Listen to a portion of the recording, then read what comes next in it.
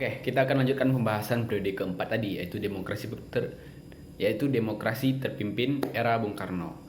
Jadi, tadi kita sudah membahas landasannya, yaitu mereka kembali lagi ke Undang-Undang Dasar 1945 dan tidak lagi Indonesia menjadi negara parlementer atau negara bagian atau berbentuk federasi. Indonesia kembali menjadi negara kesatuan. Namun, pada penerapannya memang banyak sekali yang tidak istilahnya tidak mencapai kata memuaskan lagi gitu. Karena ada beberapa faktor di era Bung Karno, khususnya di demokrasi terpimpin ini. Kita lihat ya. Yang pertama adalah konsep Pancasila yang tergantikan oleh Nasakom, yaitu nasionalis, agama, dan komunis. Dan itu memang seperti salah satu faktor kenapa bisa ada kejadian G30 SPKI yang akhirnya berawal dari ideologi, dari partai saja hingga ingin mengkudeta negara kesatuan Republik Indonesia. Dan yang kedua adalah presiden itu membubarkan DPR sendiri, kemudian membentuk MPRS dan DPAS gitu.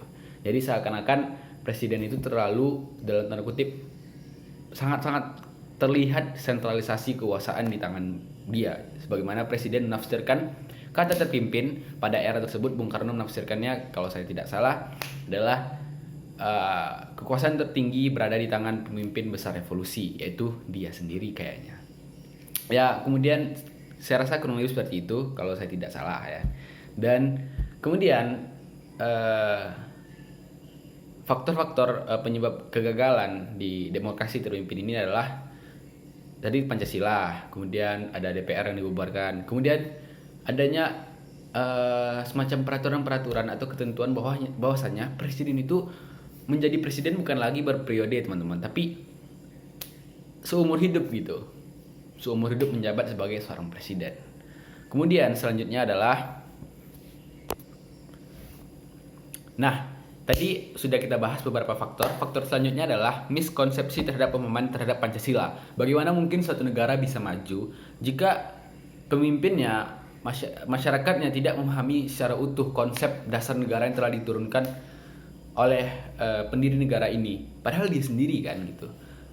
Bagaimana seolah-olah dia seperti pengkhianat gitu, karena dia udah bikin Pancasila dengan teman-temannya gitu.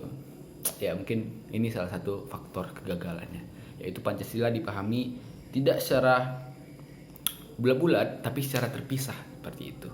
Kemudian juga manifesto politik, kemudian juga politik luar negeri yang cenderung aktif membela blok timur. Itu dia penyebab-penyebab kegagalan di demokrasi terpimpin. Kita akan lanjutkan yang kelima. Ya, yang kelima ini adalah zaman Pak Harto atau dikenal dengan Orde Baru. Nah, di Orde Baru ini kita berusaha melihat kacamata ke belakang ya. Walaupun saya tidak pernah hidup di zaman Orde Baru, tapi saya baca-baca juga sejarahnya. Dan yang pertama adalah setelah banyaknya murnian pengamalan Pancasila dan Undang-Undang Dasar 1945 sebagai landasan ideal dan landasan konstitusional negara Republik Indonesia, Pak Soeharto akan mengubahnya dan itu menjadi landasan yang kembali kuat di negeri ini. Jadi di zaman beliau ada yang namanya P4 ya. Kalau saya dulu waktu SMP pernah mempelajari P4 di mata pelajaran PKN, itu sangat penting kalau bisa dihafal.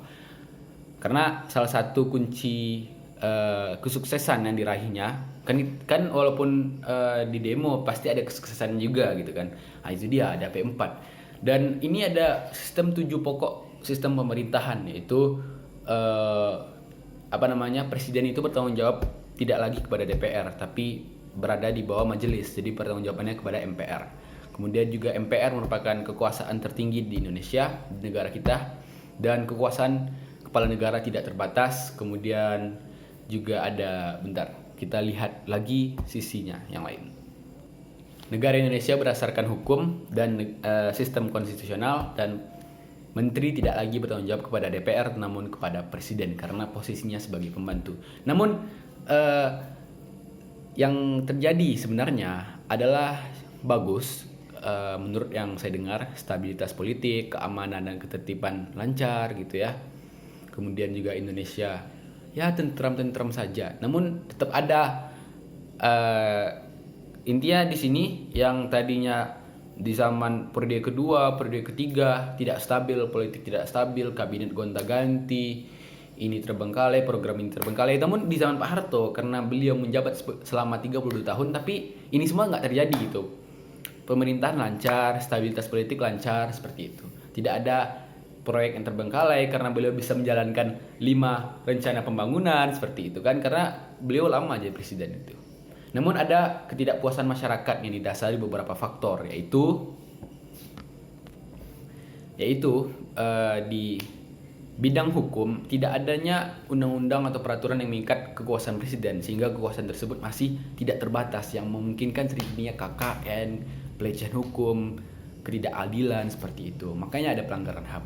Kemudian juga ada yang kedua, ada kesenjangan sosial yang diakibatkan oleh bidang perekonomian, karena di zaman Pak Harto ada namanya sistem monopolistik gitu. Jadi cuma elit tertentu saja bisa mendapatkan sebagai contoh proyek tender besar gitu. Jadi akan ada kesenjangan sosial di masyarakat seperti itu. Kemudian adalah sentralisasi kekuasaan yang masih belum juga berhenti gitu. Jadi kalau sekarang udah ada otonomi daerah, kalau dulu tidak ada, hubungan pusat dan daerah langsung diatur oleh pusat, sehingga itu yang menyebabkan Indonesia tidak merata pembangunannya, teman-teman. Makanya itu karena pusat semua yang ngatur, jadi daerah ini tidak rata pembangunannya. Kemudian setelah yang terakhir, masa ke-6 reformasi hingga saat ini, dari tahun 98 hingga 2020 ini, yaitu setelah Pak Harto lengser, Indonesia mulai menganut sistem terbuka, kebebasan pers, rakyat lebih terbuka menyampaikan pendapat gitu.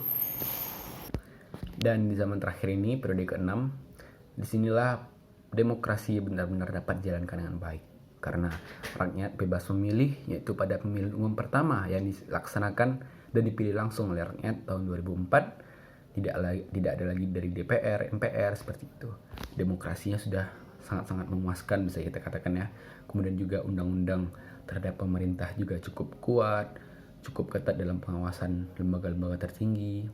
Kemudian juga ada kebebasan pers, kebebasan berpendapat gitu. Jadi memang benar-benar demokrasi cukup dilaksanakan, maksudnya cukup memuaskan pelaksanaannya di era reformasi, mulai dari tahun 98 hingga saat ini. Mungkin itu saja pendapat dari saya. Intinya adalah demokrasi Indonesia mengalami perkembangan, mulai dari